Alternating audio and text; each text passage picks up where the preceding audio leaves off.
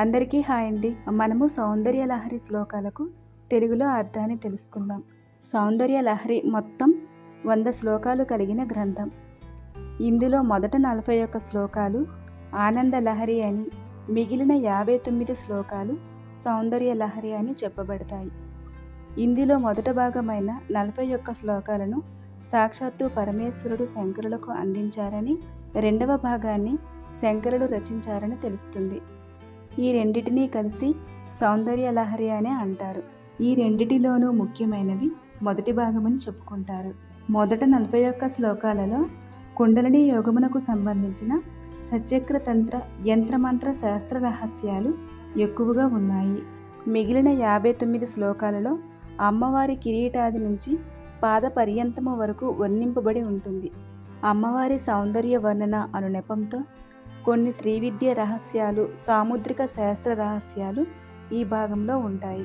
శంకర భగవత్పాదులు రచించిన స్తోత్రాలన్నింటిలోకి సౌందర్య లహరి ఎంతో తలమానికమైనది. ఈ స్తోత్రము యోగ సమన్వితమైన స్తోత్రము. త్రిపుర సుందరి అయిన అమ్మవారి అందచందాలు, అనురాగ అనుగ్రహాలు, నవరసోపేతమైన అమ్మవారి దినచర్య ఈ స్తోత్రంలో కనిపిస్తుంది. ఈ స్తోత్రాన్ని మొదట మనము విడదీసుకుని చదువుకుంటూ దీని అర్థాన్ని తెలుసుకుందాము. ముందుగా ప్రార్థనా శ్లోకాన్ని చదువుకుందాం. భూమౌ స్ఖలిత పాదానాం భూమిరేవావలంబనం త్వయి జాతా పరాధానాం త్వమేవ శరణం శివే. శివః శక్త్యా యుక్తో యది భవతి శక్తః ప్రభవితుం న చేదేవం దేవో న ఖలు కుశలః స్పందితుమపి. అతస్త్వామారాధ్యాం హరిహర విరించాదిభిరపి ప్రణంతుం స్తోతుం వా కథమకృత పుణ్యః ప్రభవతి. అమ్మా, ఓ పరమేశ్వరి, సర్వమంగళకారకుడైన ఆ శివుడు కూడా జగత్ నిర్మాణ శక్తివైన నీతో కూడితేనే కాని ఈ జగత్తులను నిర్మించలేడు. నీతో కలవకపోయినట్లయితే శివుడు కదలటానికి కూడా శక్తి లేనివాడవుతాడు. కాబట్టి సాక్షాత్తు త్రిమూర్తుల చేత కూడా పూజింపబడే నీకు నమస్కరించాలన్నా, పూజించాలన్నా, నిన్ను స్తుతించాలన్నా కనీసము నీ పేరును తలుచుకోవటానికి కూడా పూర్వజన్మలో ఎంతో పుణ్యము చేసి ఉండాలి. అంటే పూర్వజన్మ సుకృతము లేనిదే అమ్మవారిని అర్చించటానికి కదా కనీసము పేరును తలుచుకోవటానికి కూడా అర్హత లేదు అని శంకరులు అంటున్నారు. తనీయాంసం పాంసుం తవ చరణ పంకేరుహ భవం విరించి సంచిన్వన్ విరచయతి లోకాన వికలం వహత్యేనం సౌరిః కథమపి సహస్రేణ శిరసాం హర సంక్షుద్యేనం భజతి భసితోద్ధూలన విధిం. ఓ తల్లి, నీ పాదధూళిని అణువు మాత్రాన తీసుకొని ఆ బ్రహ్మ చరాచర జగత్తును సృష్టిస్తున్నాడు. అతల వితల రసాతలము, మహాతల పాతాల మత్స్యలోకాలనబడే అధోలోకాలను, భూలోకము, భువర్లోకము, సువర్లోకము, మహాలోకము, జనోలోకము, తపోలోకము, సత్యలోకాలనబడే ఊర్ధ్వలోకాలను, మొత్తము 14 లోకాలను నీ పాదపద్మములకు అంటి ఉన్న లేసమాత్ర ధూళితోనే బ్రహ్మ సృష్టిస్తున్నాడు. అదే ధూళిని సంపాదించి విష్ణువు ఆదిశేషునుల తన 1000 తలలతో ఈ భూమిని మోస్తున్నాడు. లేసమాత్రపు పాదధూళిని తీసుకొని ఆ పరమేశ్వరుడు ఆ ధూళిని మెత్తగా మెరిపి తన శరీరమంతటా భస్మములా పూసుకుంటున్నాడు. అంటే ఆభరణాలు తయారు చేయటానికి కంసాలికి బంగారము, వెండి అవసరమైనట్టు, కుండలను తయారు చేయటానికి కుమ్మరివానికి బంకమట్టి అవసరమైనట్టు ఆ బ్రహ్మకు కూడా ఈ లోకాలను, పెద్ద పెద్ద గ్రహ గోళాలను, నక్షత్రాలను సృష్టించడానికి పెట్టుబడిగా కొంత ముడిసరుకు అవసరమవుతుందని అమ్మవారి పాదాలకు అంటి ఉన్న లేసమాత్ర ధూళి కణమును ముడిసరుకుగా ఆ బ్రహ్మ తీసుకుని ఈ లోకాలను, నక్షత్రాలను, గ్రహాలను సృష్టిస్తున్నాడట.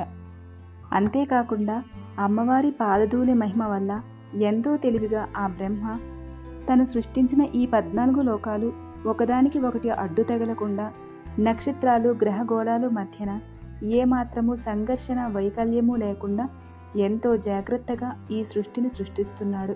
ఇదంతా ఆ తల్లి పాదధూళి మహిమే కదా. విష్ణువు స్థితికారకుడు.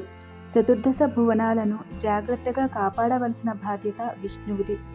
బ్రహ్మ సృష్టించిన గ్రహగోళాలను తన తలపైన పెట్టుకొని సంరక్షణ భారాన్ని మోస్తున్నాడు. ఇది ఒక తలకు మించిన భారం అవటము వలన ఆదిశేషుడుగా 1000 తలలతో ఈ భూమిని మోస్తున్నాడు. హరుడు లయకారుడు. అమ్మ అనుగ్రహంతో హరుడు ప్రళయకాలమున ఈ భువనాలను సకల ప్రాణికోటిని తన యందు లయము చెందినట్లు చేస్తున్నాడు.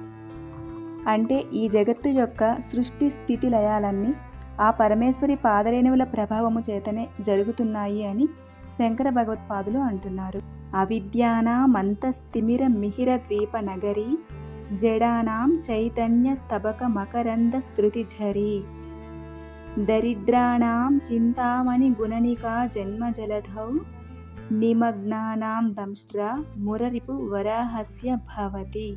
అంటే దీని అర్థం, తల్లి జగజ్జనని, నీ పాదకమల రేణువు ఉన్నదే అజ్ఞానం అనే చీకటిలో ఉన్నవారికి సూర్యుడు ఉండే పట్టణము వంటిది. మందబుద్ధి గల జడులకు చైతన్యమనే తేనె ప్రవాహము వంటిది. దరిద్రుల పట్ల చింతామణుల వరస వంటిది. సంసార సాగరములో మునిగిపోతున్న వారికి అది ఆదివరాహ రూపుడైన విష్ణుమూర్తి కోర వంటిది.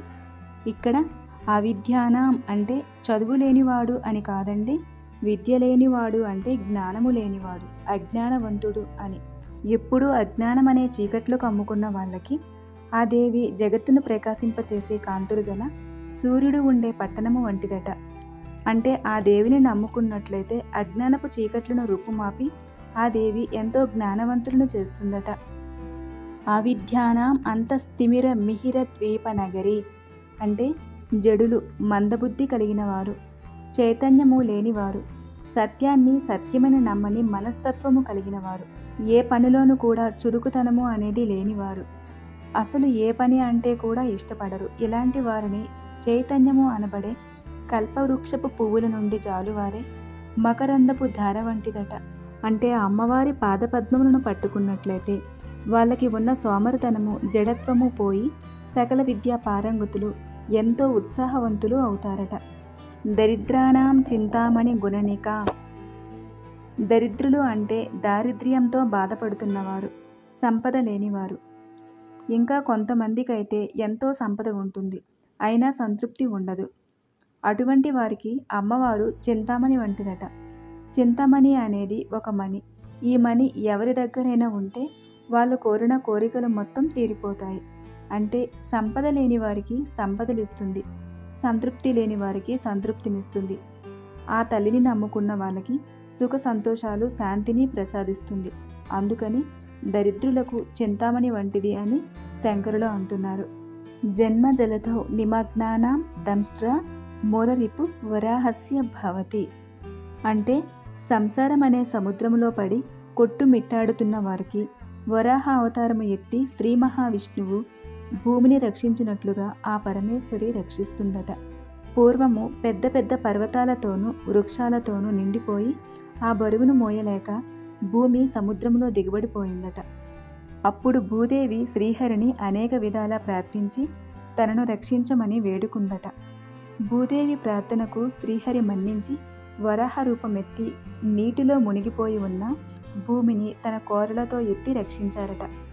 అంటే సంసారం అనే సముద్రంలో కొట్టి మిట్టాడుతున్న వాళ్ళు అమ్మవారిని నమ్ముకున్నట్లయితే శ్రీ మహావిష్ణువు భూమిని రక్షించినట్లుగా ఆ తల్లి మనల్ని రక్షిస్తుంది. ఆ పరమేశ్వరి కృప ఉన్నట్లయితే ఎటువంటి కోరికలైనా తీరుతాయి అని ఈ శ్లోకంలో మనకు కనిపిస్తుంది.